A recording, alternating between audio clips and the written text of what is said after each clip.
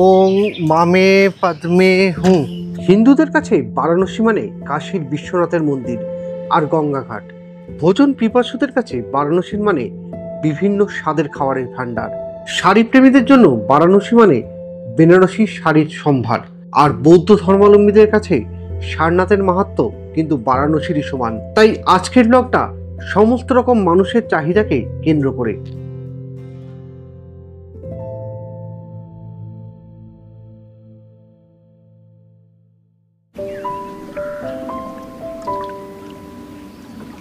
বলা হয় গঙ্গা স্নান করলে সমস্ত পাপ মোচন হয়। কাশীতে এসে গঙ্গায় ডুব না দিয়ে থাকি কি করে? তাই মন ভরে গঙ্গায় ডুব দিলাম। জানি না পাপমুক্ত হলাম না, মোক্ষপ্রাপ্তি বা হবে না হবে না, কিন্তু বেনারসের গঙ্গা স্নানে মনে একটা প্রশান্তি অনুভব করছিলাম। আর আপনারা জানেনই নদী সমুদ্র আমার কতটা প্রিয়, তাই উঠতেই আর ইচ্ছা করছিল না।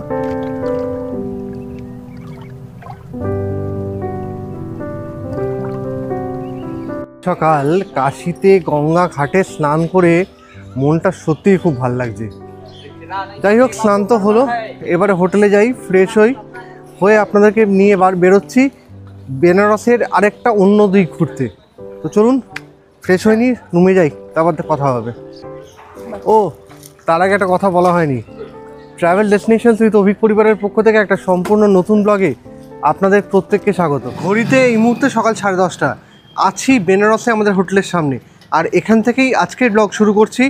গন্তব্য ভারতের এমন এক জায়গায় যেখানে আমাদের সবার পরিচিত অশোক স্তম্ভ প্রথম পাওয়া গেছিলো এবং তার থেকেই ভারত সরকার অশোক স্তম্ভের ডিজাইন নিয়েছিল। তো চলুন শুরু করি। শুধু এটুকুই নয়, আরও অনেক কিছু থাকবে, দেখা হবে।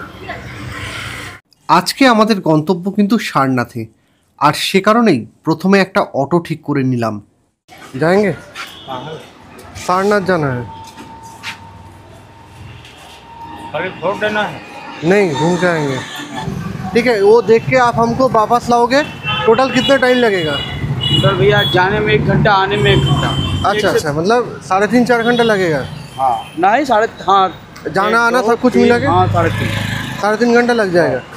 এখন কিন্তু এখানে রেজিস্টার্ড গাড়ির সিস্টেম হয়ে গেছে, তো সেই জন্য বারকোড লাগিয়ে দিয়েছে প্রত্যেকটা গাড়িতে, যেগুলো রেজিস্টার্ড গাড়ি। তো সেই রকম কোনো একটা গাড়িতে ঘোরার চেষ্টা করবেন। সারনাথ এবং তার সঙ্গে আরও কিছু জায়গা ঘুরবো। খরচা হচ্ছে মোট 800 টাকা। সারনাথ বারাণসী থেকে 12 কিলোমিটার দূরে। যেতে গেলে অটো বা গাড়ি কোনো একটা আপনাকে বুক করতেই হবে।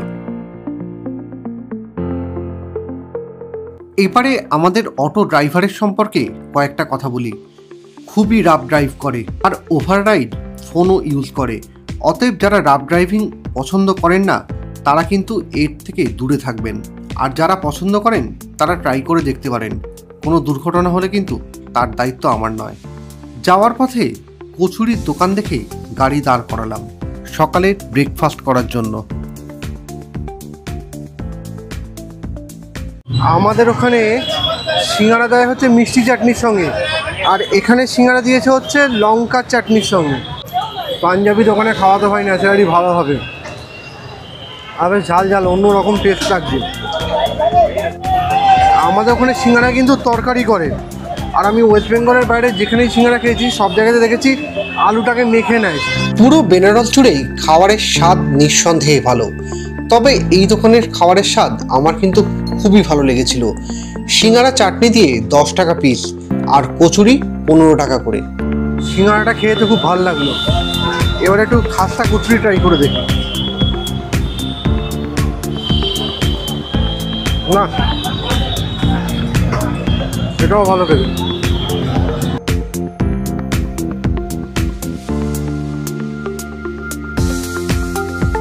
পেট ভরে ব্রেকফাস্ট করে আবার এগোলাম গন্তব্যের উদ্দেশ্যে।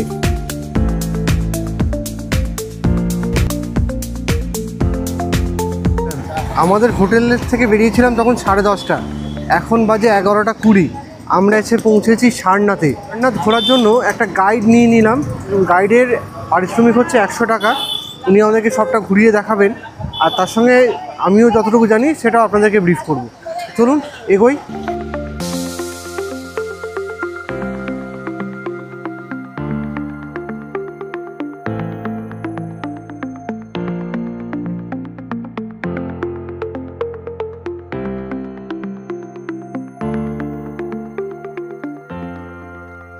আখের জুস নয় কিন্তু এটা ইখের জুস। ইখের জুস একটু সেবা করবেন উনি, সঙ্গে আমিও করবো। আমি ছাড়বো না, ছাড়বো এরকম না। তো ইখের জুস একটু খেয়ে নিয়ে সারনাথ ঘোরা শুরু করছি।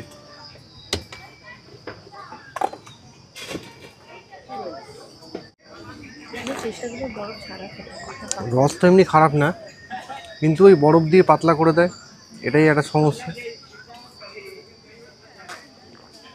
बर्फ छोड़ के बनाते हैं? क्या बर्फ दे आपको? नहीं, बर्फ छोड़ के आप बनाते हैं? अच्छा। एक बर्फ बिना बना दीजिए। बिना इसके रहेगा। हाँ ठंडा थोड़ा नमक दीजिए हमको। এই ইউপি বিহারের এই সংলগ্ন অঞ্চলটায় প্রচণ্ড লু চলে, সেই কারণে ব্যাগে ওআরএস রাখবেন, আর সঙ্গে পকেটে পেঁয়াজ কিন্তু অবশ্যই রাখবেন, তাহলে কিন্তু লুটা লাগবে না।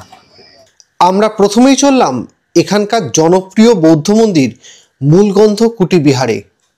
ভগবান বুদ্ধদেবের কথা উঠলে চারটে জায়গার কথা আমাদের মাথায় আসে। এক নম্বর হচ্ছে লুম্বিনী, তার জন্মস্থান। দু নম্বর হচ্ছে বুদ্ধগয়া, যেখানে তিনি নির্বাণ লাভ করেছিলেন। 3 নম্বর হচ্ছে সারনাথ, যেখানে তিনি বৌদ্ধ ধর্ম প্রচার শুরু করেছিলেন। আর 4 নম্বর হচ্ছে কুশীনগর, যেখানে তিনি দেহত্যাগ করেছিলেন। এই সব কিছুই খুব সুন্দরভাবে ছবির আকারে ওনার পুরো জীবনচক্রটা এখানে কিন্তু দেয়ালে আঁকা আছে।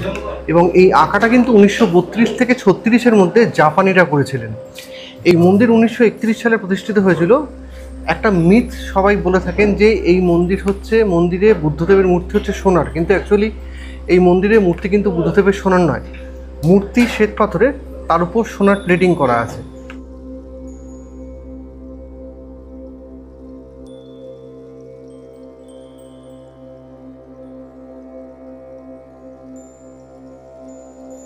এই মুহূর্তে যে জায়গাটা দাঁড়িয়ে আছি, সেই জায়গাটা আজকের দিনে আমাদের কাছে সারনাথ হিসেবে পরিচিত হলেও এই জায়গাটার প্রথমে নাম ছিল ঋষি পাতাঙ্গনাথ। পরবর্তীকালে সেই জায়গাটার নাম পরিবর্তিত হয় সারাঙ্গনাথ, আর সেখান থেকেই শর্টকাটে আজকে আমাদের কাছে প্রচলিত সারনাথ হিসাবে।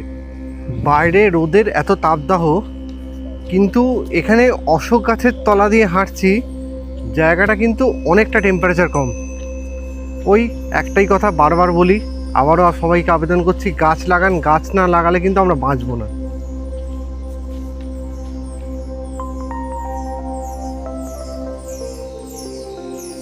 এবারে পৌঁছে গেছি ধামেক স্তূপের সামনে। এই স্তূপের উচ্চতা হচ্ছে 103 ফুট আর প্রস্থ হচ্ছে 93 ফুট। এবার নিচ থেকে যদি দেখেন তাহলে কিন্তু শিবলিঙ্গের মতো দেখতে লাগবে, কিন্তু যখনই এটাকে আপনি উল্টো হিসাবে ধরবেন তখন কিন্তু এখানে এটাই মনে হবে যে বুদ্ধদের যেরকম দানপাত্র হয় ঠিক সেরকম। এখানে পরিক্রমা করার জন্য ভারতীয় বৌদ্ধদের জন্য বা ভারতীয়দের জন্য চার্জ হচ্ছে 25 টাকা করে মাথা পিছু, কিন্তু যদি ফরেনার হয়ে যান তাদের জন্য চার্জ হচ্ছে 500 টাকা প্রত্যেকটা রাউন্ডের জন্য। গৌতম বুদ্ধ নির্বাণ লাভের আগে সুজাতা নামক এক নারীর হাতে পায়েস খান। সেই পায়েস খাওয়ার খবর পেয়ে বুদ্ধদেবের শিষ্যরা অসন্তুষ্ট হয়ে সারনাথে চলে আসেন। পরবর্তীকালে নির্বাণ লাভের পর বুদ্ধদেব এখানে এসে একটি কুটির নির্মাণ করেন এবং সেই 5 শিষ্যকে সারনাথে জ্ঞান বিতরণ করেন, যাই পরবর্তীকালে বুদ্ধ ধর্মের সম্প্রসারণের মূল ভিত্তি বলে ধরে নেওয়া হয়। আমি এই মুহূর্তে যে গাছটার সামনে দাঁড়িয়ে আছি, সেই গাছটা কিন্তু হচ্ছে বোধিবৃক্ষ। বোধিবৃক্ষ কথাটা শুনলেই আমাদের সবার মনে একটা জিনিস চিন্তায় আসে, সেটা হচ্ছে যে বোধিবৃক্ষ এখানে কেন? বোধিবৃক্ষ তো বোধগয়াতে আছে। বোধগয়াতে আছে বোধিবৃক্ষের মেন ব্রাঞ্চটা। সেখান থেকে পরবর্তীকালে সম্রাট অশোকের পুত্র এবং কন্যা যারা শ্রীলঙ্কায় গিয়ে বৌদ্ধ ধর্ম প্রচার করেছিলেন, তারা সেখান থেকে একটা ব্রাঞ্চ নিয়ে শ্রীলঙ্কায় যান। পরবর্তীকালে শ্রীলঙ্কার সেই বোধিবৃক্ষ থেকে একটা ব্রাঞ্চ নিয়ে এসে শ্রীলঙ্কার বুদ্ধিস্ট মঙ্ক যিনি এই আশ্রমটা স্থাপন করেছিলেন বা এই মন্দিরটা স্থাপন করেছিলেন 1931-এ, উনি ওখান থেকে একটা ব্রাঞ্চ নিয়ে এসে এখানে স্থাপন করেন। তাহলে হিসাব মতো দেখতে গেলে এটা হচ্ছে মেন বোধিবৃক্ষের 3য় ব্রাঞ্চ। ওং মামে পদ্মে হুঁ, ওং মামে পদ্মে হুঁ।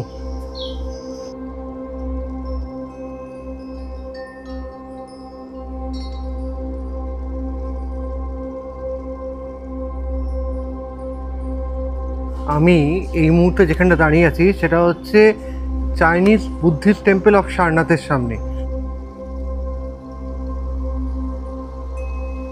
যেখানেই যাচ্ছি না কেন এত হাইট ঘরগুলো, যে বাইরে এত গ্রীষ্মের দাবদাহ, এত ঘামছি আমরা, ভেতরটা কিন্তু কমফোর্টেবলি অনেক ঠান্ডা। সারনাথ এমন এক জায়গা যেখান থেকে কিন্তু 1907 সালের খনন কার্যে অশোক স্তম্ভ পাওয়া গেছিলো, যা আমাদের ভারতীয় মুদ্রায় বা ভারতীয় বিভিন্ন জায়গায় সরকারি আধিকারিকদের জায়গায় ইউজ হয়। তো সেই অশোক স্তম্ভ কিন্তু এখানেই পাওয়া গেছিলো, আর এটা আছে এখানকার আর্কিওলজিক্যাল সার্ভে অফ ইন্ডিয়ার মিউজিয়ামে।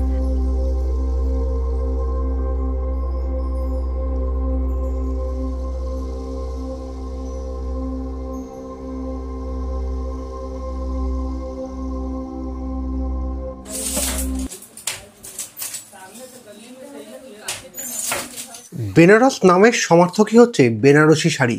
সারনাথে বেশ কিছু বেনারসি শাড়ি তৈরির ফ্যাক্টরি আছে, সেরকমই একটা জায়গায় আমরা গেছিলাম। শাড়ি এইসব জায়গা থেকে আপনারা কিনতেই পারেন, তবে প্রচুর বার্গেনিং করবেন আর চোখ কান খোলা রেখে অবশ্যই কিনবেন, নাহলে কিন্তু ঠকিয়ে দেবে।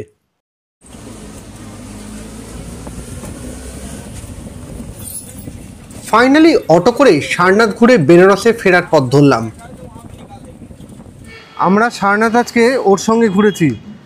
এমনি ছেলেটা ভালো, বাট গাড়ি যা চালায় না, শান্তনুর একদম ডুপ্লিকেট। আমি যেমন শান্তনুর বাইকে বলে দিয়েছি শান্তনুকে যে ভাই আমি প্রয়োজনে হামাগুড়ি দিয়ে যাবো, কিন্তু তোর বাইকে উঠবো না, বাট ও একটু শান্তনু থেকে গ্রেডেশনে ভদ্রলোকের মধ্যে চালায়, তবে তাও জোরেই চালায় বেশ। আর কিন্তু হাত খুব ভালো, খুব সুন্দর ঘুরিয়েছে। ভাই তোমার নাম কে হ্যাঁ? हेमंत कुमार मौर्य। हेमंत कुमार मौर्य। और तुम्हारा मोबाइल नंबर क्या है? 9794582032। सेकंड मोबाइल नंबर है 9336958468। देखो कोई चाहे तो तुमको दोनों नंबर से कभी ना कभी मिल जाएगा। तो मिल तुमको जाएगा हाँ।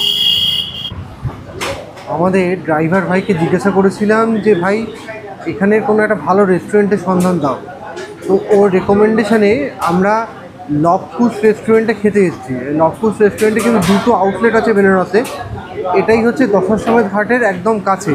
আমি অ্যাড্রেসটা ডিসক্রিপশানে দিয়ে দেবো। আর এই লবকুশ রেস্টুরেন্টে আমরা অর্ডার দিয়েছি দুটো ভেজ থালি।